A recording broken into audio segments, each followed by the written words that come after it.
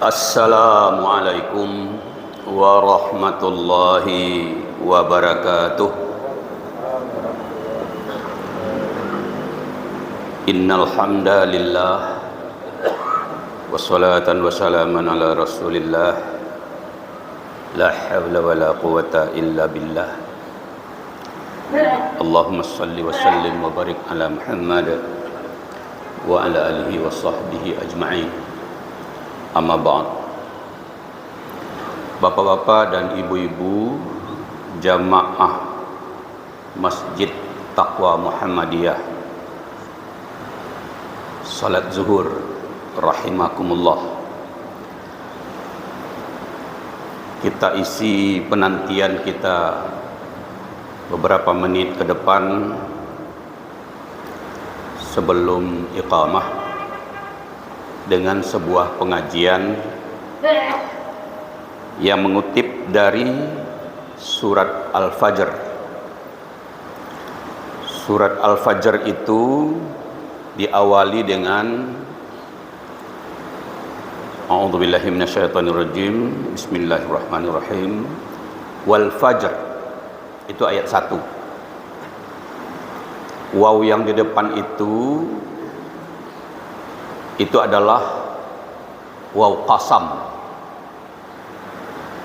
gunanya untuk bersumpah. Dia ada beberapa temannya, waw, ba, ta. Jadi kalau kita bersumpah demi Allah, itu bisa dengan wallah, tallah, ballah. Jadi waw, ba, ta. Jadi ini waw. Tapi yang bersumpah bukan makhluk, khalik yang bersumpah. Jadi kalau khalik yang bersumpah, dia menyebut makhluk. Kalau makhluk yang bersumpah, dia menyebut khalik. Jadi kalau kita sebagai makhluk bersumpah demi Allah, kalau khalik yang bersumpah demi makhluknya, maka salah satu makhluk yang disebut dalam surat Al-Fajr ini adalah fajar. Fajar itu makhluk Allah. Dia ada atas kehendak Allah, dia tidak ada nanti atas kehendak Allah juga. Fajar. Fajar itu cahaya yang datang lebih dulu dari sinar matahari, sekitar lebih kurang 1 jam, lebih kurang. Jadi lebih kurang 1 jam menjelang matahari terbit, itu fajar duluan. Fajar itu 2 jenisnya, ada fajar shidik, ada fajar qazib. Fajar shidik ciri-cirinya adalah membelintang. Kalau fajar qazib ciri-cirinya atas bawah. Nah, kalau kita bertemu pagi hari dengan fajar yang membelintang itu artinya subuh sudah datang. Tapi kita kan untuk menentukan subuh datang mendengar azan saya. Udah cari kalender. Biasanya seperti itu. Itu sudah dipotong namanya dengan hasil hisab. Ayat kedua. Ayat kedua dari surah Al-Fajr itu adalah walayalin ashr. Walayalin ashr. Demi, waw itu demi juga. Layalin itu jamak dari laila. Layalin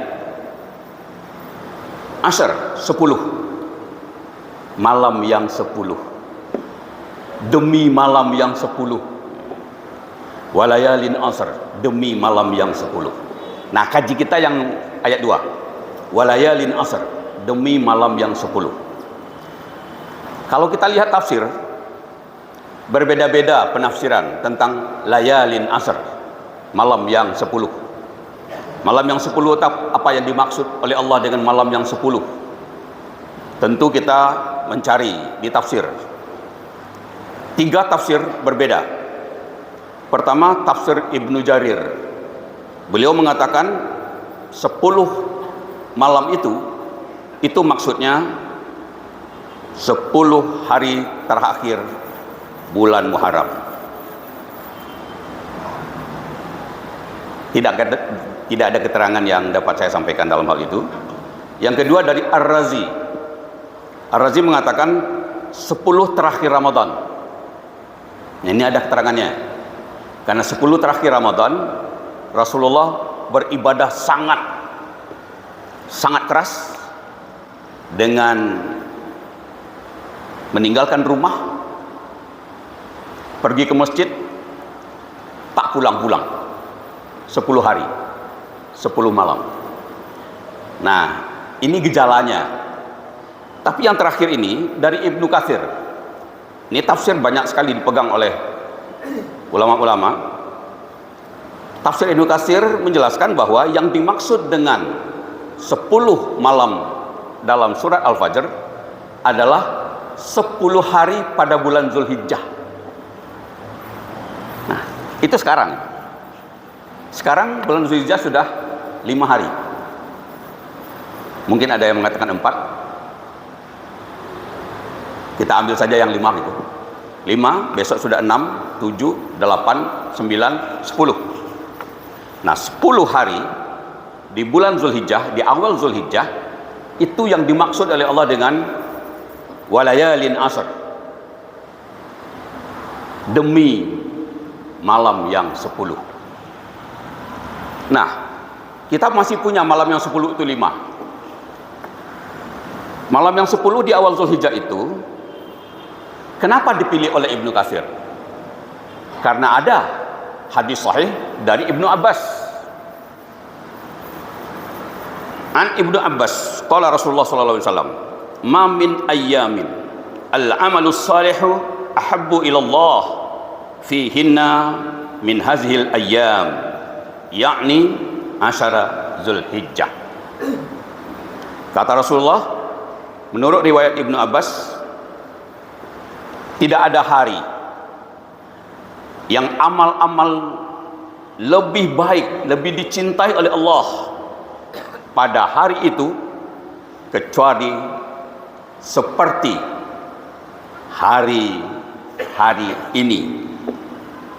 Kebetulan Rasulullah ngomong pada 10 hari bulan Zulhijjah, lalu dijelaskan lebih tegas oleh Rasulullah, yakni asyara Zulhijjah, yaitu 10 hari pada bulan Zulhijjah. Begitu hebatnya bulan Zulhijjah. Itu satu hadis. Ada hadis yang lain juga dari Bukhari Muslim, tapi tidak cukup waktu untuk membahasnya. Kita tentu ingin menyingkap lebih terang. Kenapa 10 hari di awal Zulhijjah itu menjadi hari yang hebat gitu. Jamaah sekalian, di mana-mana di dunia bila awal Zulhijjah itu sudah datang, orang akan fokus. Ada yang pergi melaksanakan ibadah haji, ada yang di rumah tapi ingin melaksanakan ibadah haji. Dan di situ banyak sekali ibadah-ibadah yang dianjurkan oleh Rasulullah Muhammad sallallahu alaihi wasallam. Karena ibadah-ibadah yang dilakukan pada 10 hari itu ibadah-ibadah yang lebih hebat dibanding dengan pergi berjihad, kecuali pulangnya tinggal nama. Jadi kalau pergi berjihad, berperang, pulang tinggal nama, itu memang lebih hebat dibanding dengan 10 hari Zulhijjah. Ibadah pada 10 hari Zulhijjah. Tapi kalau pergi berjihad lalu pulang lagi, artinya tidak meninggal, tidak syahid. Nah, itu sebanding dengan ibadah-ibadah yang dilakukan pada waktu 10 Zulhijjah, 10 hari di awal Zulhijjah. Pertanyaan berikutnya, apa ibadahnya itu? Ibnu Abbas tidak menjelaskan ibadahnya apa saja. Yang penting ibadah, taat, melakukan sebuah kebaikan karena ketaatan.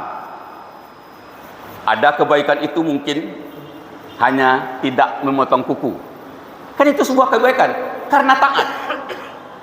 Ada kebaikan itu beribadah puasa, Ada kebaikan itu bersedekah. Ada kebaikan itu nolong orang. Ada kebaikan itu memperbanyak solat sunat. Memperbanyak membaca Al-Quran. Memperbanyak zikir. Memperbanyak doa. Memperbanyak salawat. Allahumma salli ala Muhammad wa ala ali Muhammad, dan seterusnya. Itu adalah ibadah-ibadah yang nilainya sangat besar, dan besarnya nilai itu dibandingkan dengan jihad adalah apabila jihad itu kembali nama. Itu memang lebih hebat. Tetapi kalau jihad tidak kembali nama, artinya pulang lagi dengan sehat walafiat, nah itu sama dengan 10 hari bulan Zulhijjah kita beribadah untuk ketaatan kepada Allah Subhanahu wa taala. Semoga kita bisa. Wabillahi taufiq wal hidayah. Assalamualaikum warahmatullahi wabarakatuh.